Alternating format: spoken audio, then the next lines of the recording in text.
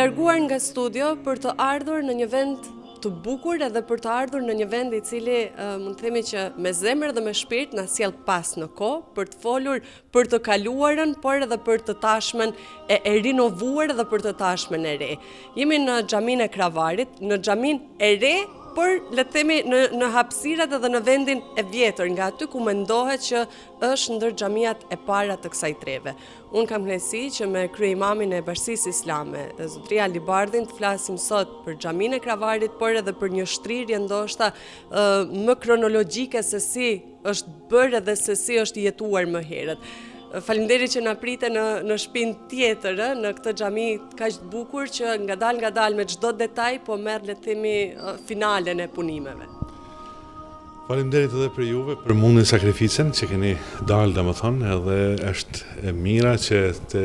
programet e tilla, dokumentare të tilla të mbesin në arkivin tuaj, por edhe në arkivin e qytetit. Siç e pohut edhe ju, jemi në xhamin e Kravarit poshtë, apo gjithsesi në fshatin Lamej. Kjo xhami aktualisht përfshin 3 fshatna, Çaprej, Lamej edhe Shtekvashën, 3 fshatna I përfshin kjo xhami aktualisht. Ndërkaq në të kalumen, xhamia ka përfshin zonë më të madhe, por ka qenë diku 100 metër me larg, por për shkak të erozionit dhe tërmetit të ren, ka bërë që të mos I mundsohet përsëri ndërtimi I xhamisë në ato themelet e vjetra.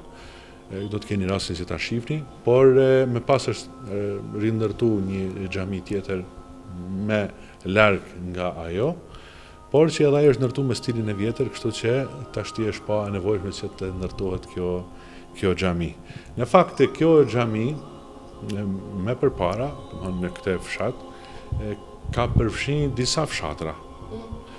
Dhe në qoftë se nisemi pak edhe në konfiguracionin se si ka shku ndërtimi I xhamive në treven anës së malit, do të shohim se pak a shumë është edhe e njëjta ndarje siç ka qenë edhe më përpara, pra kur bëhet fjalë për krishterimin. Pasi nëse shohim edhe dokumentacionin, shohim që ndarja nuk ka qenë zona malore në një anë dhe zona fushore në anën tjetër, por ka qenë ndarje vertikal, pra në mes, e cila ka përfshin zonat nga mali, pra nga Kravari e deri te Lumi Puna, njësi, edhe pjesa tjetër ka përfshin nga Shasi, pra liçeni I Shasit, dhe deri në veritë e saj, pra deri në malin Suma. Pra. Kështu që në këtë drejtim kjo është nda, domethënë po ta thush në 2 pjesë. Dhe si fillim kjo xhami është ndërtuar para, e cila ka përfshin fshatin Kravar me gjitha lagjet e tjera, ka përfshin fshatin Sukubin deri në Dragin, dhe ka shku poshtë, do të thoja deri tek Shtodri,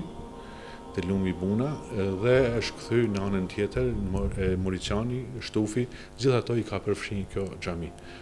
Në të njëjtën mënyrë do të kemi rastin që të shkojmë edhe në xhamin e Krythës, ku atje edhe flitet për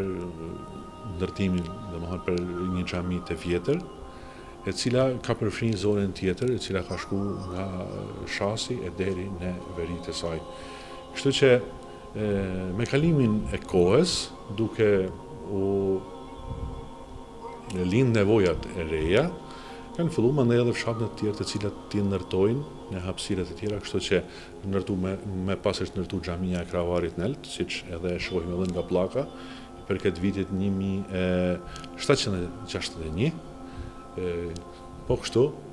kemi xhamin e Shasit, e cila ndërtohet, edhe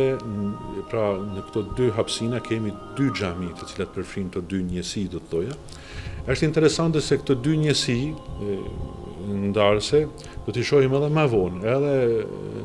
në vitet deri në vitet 45 do t'i shohim, sepse edhe në atë kohë kur ndërtohen imamatnit, është një imamatni e cila përfshin këtë zonë e cila përfshin deri te Lumi Buna, pra ku ndërtohet në Rashtish, dhe tjetra ndërtohet në Mill, pra që I përket njëjtë zonë, e cila përfshin atë zonën nga mali deri në liçenin e Shasit. Kështu që pak a shumë konfiguracionin në këtë formë është ndërtu dhe me pas ka fillu drejt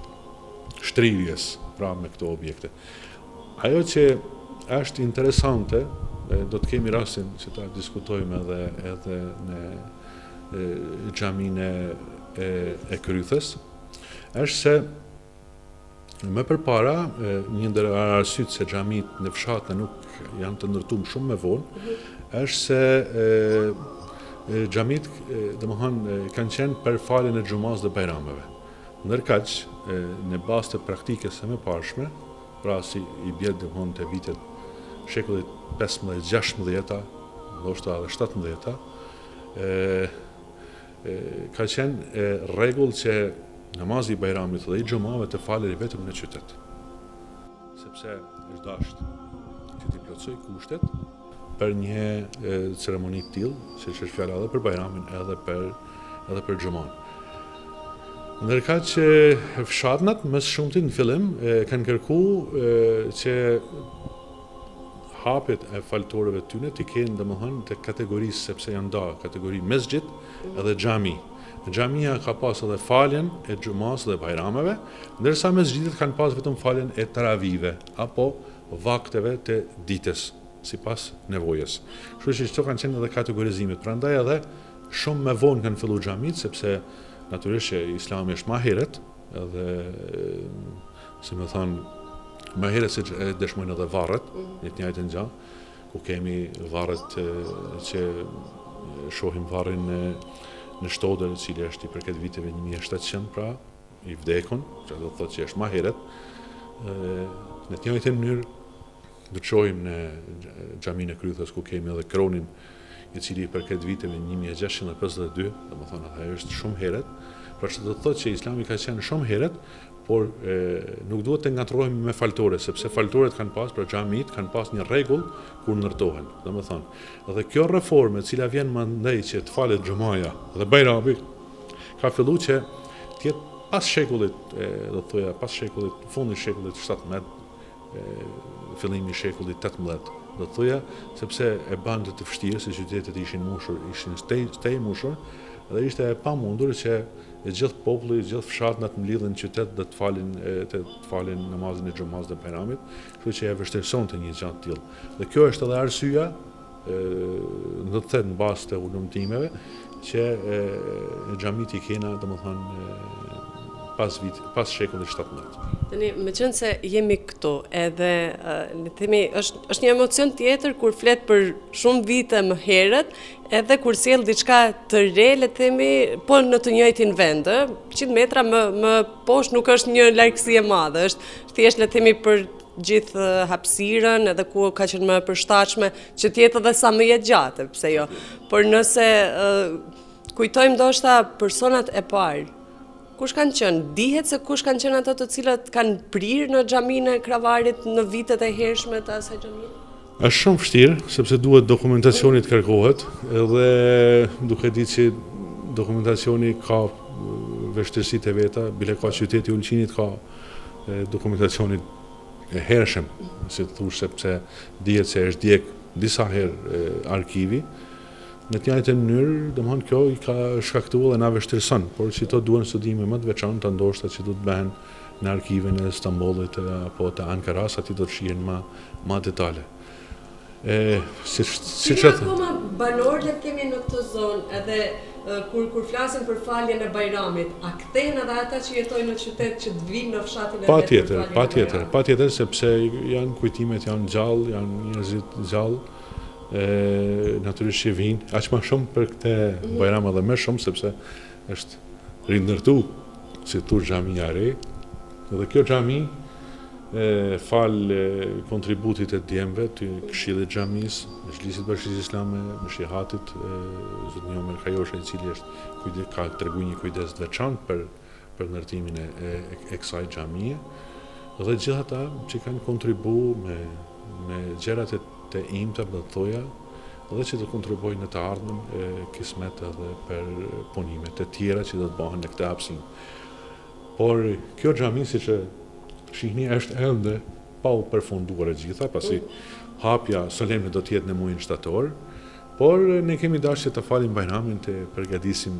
besimtarët sepse kushtet janë, domethënë është e shtruar. Dhe siç e shihni edhe vetë, është një arkitekturë e veçantë, do të thoja, me dritare të hapuna, me dritën e hapun, me mihrab të veçantë, me minber, po kështu pak a shumë edhe si xhamitë të tjera. Pra, është karakteristike sepse është e formës kubike si xhami. Pastaj është e lartë, domethënë për këtë hapësinë, sa është e vogël, është edhe e lartë si objekt. Dhe shpresojmë që të ardhmen do të bëhet ndonjë kaligrafi apo ndonjë hat, siç e themi ne, e cila do ta zbukurojë edhe më bukur. Xhamit janë vende qetësuese, vende ku adhurohet Zoti, vende ku njerëzit qetësojnë shpirtin e tyre, lejnë brengat e tyre, si thosh, dhe i drejtohen të Madhit Zot, dhe është vend bashkimit, sepse xhami do të thotë edhe me bashku. Domethënë vend i bashkimit. Në të njëjtën mënyrë edhe mesxhit është vend i rënies në sejdë, pra vend ku falem edhe ku i lutemi Zotit. Prandaj është xhami e bukur, e vogël, si thosh, që i plotson, do të thoja, aktualisht nevojat e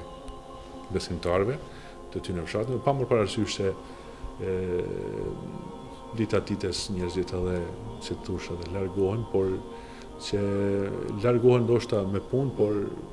shpirtërisht janë këtu, edhe mandej edhe varret e tyre i kanë këtu, kështu me radhë, domethënë të parët e tyre i kanë këtu edhe këtë formë, dhe nuk është lehtë këtë shtesë, si thosh, domethënë për 20 minuta je në qytet, domethënë nuk është, të kushtet janë shumë më të lehta, dikur ka qenë më vështirë sepse kushtet pa mushme, do të thoja këto infrastruktura, ekonomia, gjitha ato ka vështirësuar edhe që të lidhet qyteti me fshat, në si thosh ma dendur, siç është sot, domethënë, falë edhe teknologjisë, gjitha atyre zhvillimeve që kanë ndodhur, këto ka bën që të ngjeshin edhe të mëshirohen njëri me tjetrin, pra edhe qyteti edhe fshati. Prandaj nuk është larg, domethënë që të jetë kuda që ashtu, domethënë një pjesë e komunës, një pjesë e mezhlisit, domethënë është e gjitha kjo. Përveç asaj, edhe që lidhja, le të themi, është tani edhe më e lehtë, edhe ky bashkimi edhe pjesëmarrja në xhamiat e fshatrave dhe të Ulqinit është bërë më e lehtë fatmirësisht, nuk është ndoshta e lehtë që për pak minuta ne t'i përfshim të gjithë shtrirjen se si ka ndodhur, le të themi, shtrirja e xhamiave dhe e besimit islam edhe në zonën e Anës së Malit. Por pse do të shkojmë, le të themi, nga kjo xhami tek xhamia e Krythës? Do shkojmë tek xhamia tjetër, si thash, ndarja mendoj që ka qenë, domethënë si njësi ndarja e zonës së Anës së Malit, ka qenë në dy njësi, do të thoja, për pjesën që i takon sot komunës së Ulqinit, sepse pjesa që i takon bashkisë së Shkodrës natyrisht që është pjesa e oblikës së Botit, e cila përfshin deri në Zos, është pjesë tjetër, por ne po flasim për pjesën që i takon mezhlisit tonë dhe komunës së Ulqinit. Ka qenë damë, domethënë do të thoja, në dy pjesë, siç thash, ku kjo si qendrore ka përfshin zonën nga mali deri tek lumi Buna, ndërsa pjesa e xhamisë së Krythës ka përfshin nga liçeni i Shasit deri tek mali i Sumës, do të thoja. Ka përfshin edhe Millën edhe gjithë ato fshatna. Por siç thash më andaj, me kalimin e kohës, fshatnet e cilat kanë pas popullsi më të dendur dhe kanë pas mundësi më shumë, kanë filluar që ti ndërtojnë xhamiat e tyre vetë. Është interesante se xhamiat më përpara natyrisht që janë ndërtuar marrëmërisht me kontributin e popullit, por në përgjithësi ka pas njerëz të pasur, të cilët i kanë ndërtuar ato, dhe për ndërtimin e xhamive, domethënë është dashur që t'i drejtohej, që të krijohej vakfi apo fondacioni, siç e themi ne sot në gjuhën tonë. Domethënë fondacioni i cili kishte drejtën për ndërtimin e gjërave që janë publike, shoqërore e tjera, sepse shteti nuk ndërtonte, shteti nuk ndërtonte as xhamia, as shkolla, as tjera, domethënë ishte një shteti Osman, do të thonë, në atë kohë, sepse në atë periudhë po flasim, përveç sigurisë të jashtme të brendshme dhe gjyqësorin, sektorët e tjera i ka kryer vakfi. vakefi apo fondacioni. Dhe kushdo që ka pas një dëshirë me ndërtu një heriat, një mirësi, një bamirësi, një krua, apo një rrugë, apo një urë, apo diçka tjetër, në qovë se nuk ka pas direkt interes pushteti për ta ndërtu, e ka ndërtu dhe më thënë shoqënia civile. E shoqënia civile si është formu? Është formu nga të ardhmat e të pasneve, apo nga dhurimet që kanë dhënë njerëzit. Prandaj, dhe më thënë, i përket, si të thush, dhurimeve që janë bë nga banorët apo nga të pasnit. Sa kemi shpërblimin nëse dhurojmë për të ndërtuar një xhami?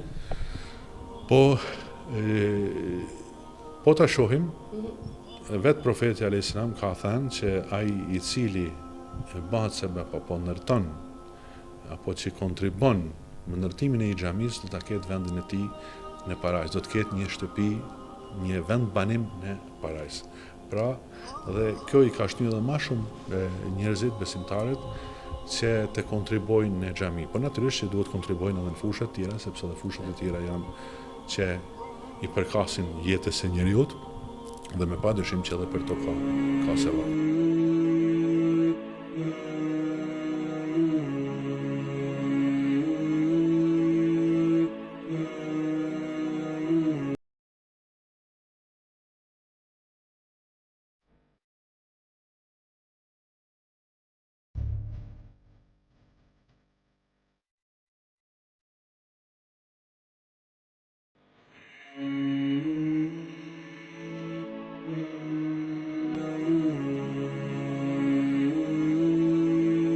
Nga xhamia e Kravarit kemi arritur në Kryth, në një xhami e cila është renovuar, por në një xhami e cila besohet se gjithashtu është ndër të parat e kësaj trevave. Patjetër,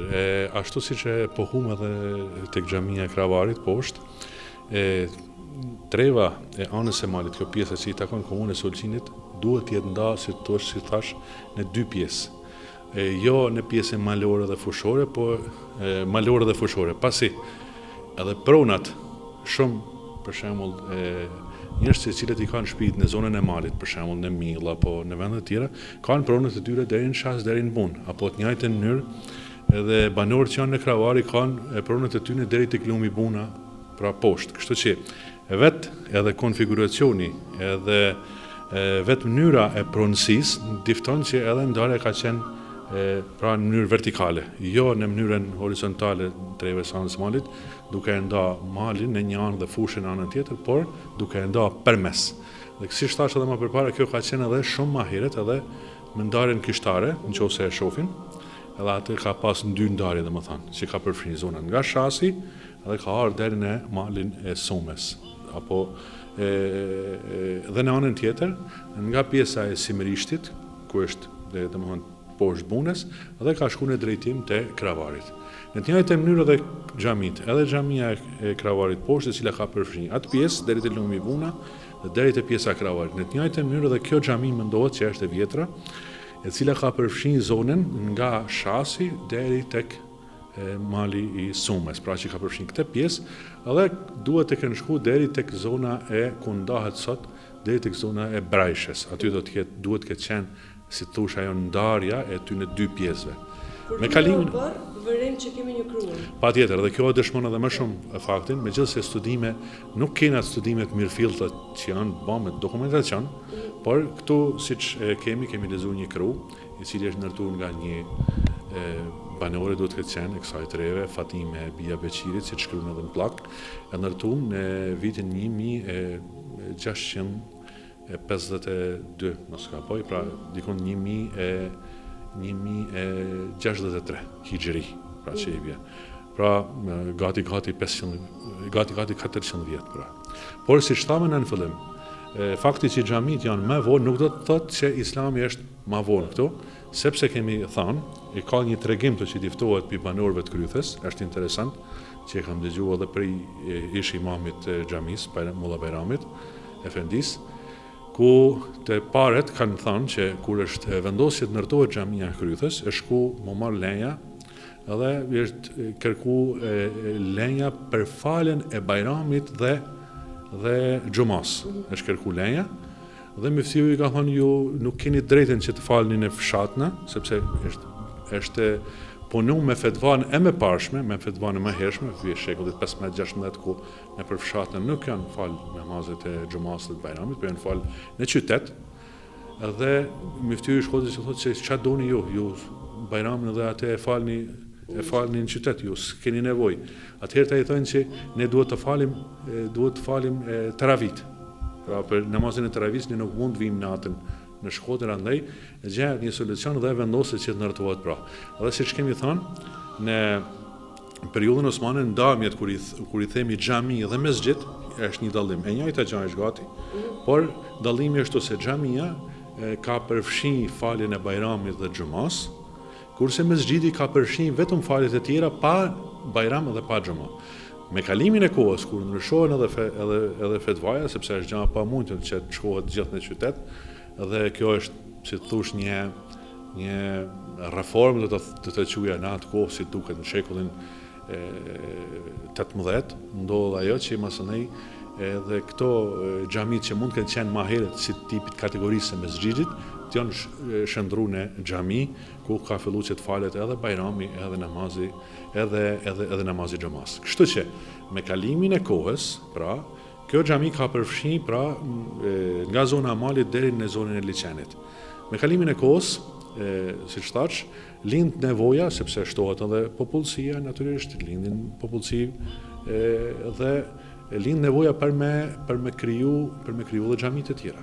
Kështu që ndërtohet xhamia Shasit, pastaj xhamia e Millës, xhamia e Brajshës, që është në këtë pjesë, kurse në anën tjetër do të thotë xhamia e Kravarit poshtë, Lamej, që përfshin zonën e Çaprës së tyre, dhe ndërtohet xhamia e Kravarit lart, mandej ndërtohet xhamia e Shtodrit, xhamia e Sukubinës, e kështu me radhë draginë, dhe në këtë formë fillon shtrirja e tyre. Aktualisht janë 16 xhami që në anën të malit aktualisht, por që disa xhami janë ndërtuar kohë të fundit, sepse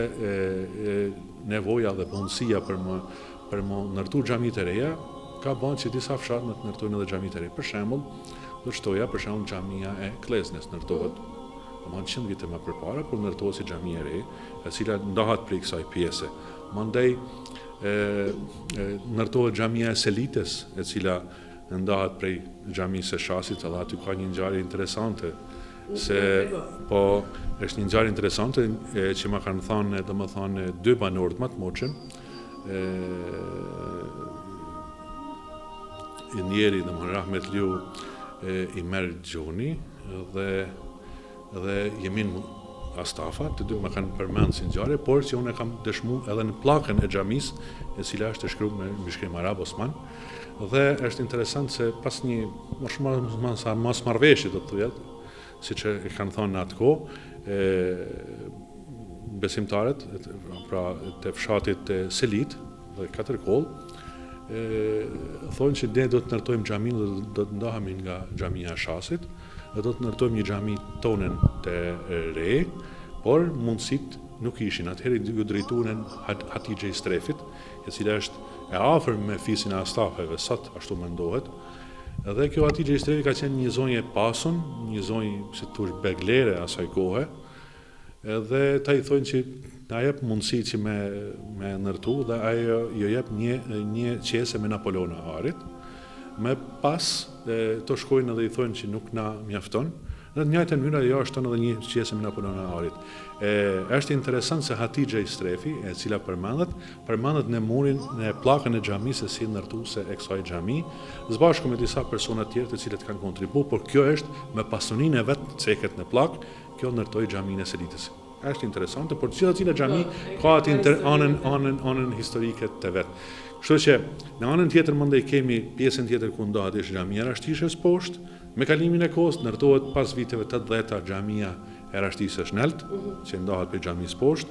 Në të njëjtën mënyrë kemi Millën këtej, e cila ka fshatnat që shkon deri në Zenelit deri në Katërkoll, që përfshin deri te ajo zonë. Në anën tjetër kena xhamin e Bojkut, e cila ndërtohet pas viteve 90. Tani edhe nga ato që janë ndërtuar më herët dhe për këto xhamia që po flasim ne sot, e shohim sot është një ditë e nxehtë, jemi fresk brenda sepse është çdo gjë nga guri, shohim tek dritarja sa i trashësh muri, por nga ana tjetër, le të themi kudo që sillesh në katun minaren e xhamisë së sheh. Patjetër. Të janë pozicione Kjo është estetike. Tash ti të flasësh për xhamin vetvete, ne folëm për historikun. Por natyrisht të flasësh për veçoritë e xhamive. Xhamit në trevat tona i kanë pak a shumë shtëpive, domethënë modelit ton, pak a shumë mediteran, të stilit mediteran, me mure të trasha, të cilet janë të ngrohta, domethënë edhe dimrit, të freskëta gjatë verës, ose kanë veçoritë veçantë këto, akustika si gjëshini që ashtu, pastaj ndërtimi i saj normalisht është thjesht konfiguracioni i saj, jo si më thonë, është i lidhshëm edhe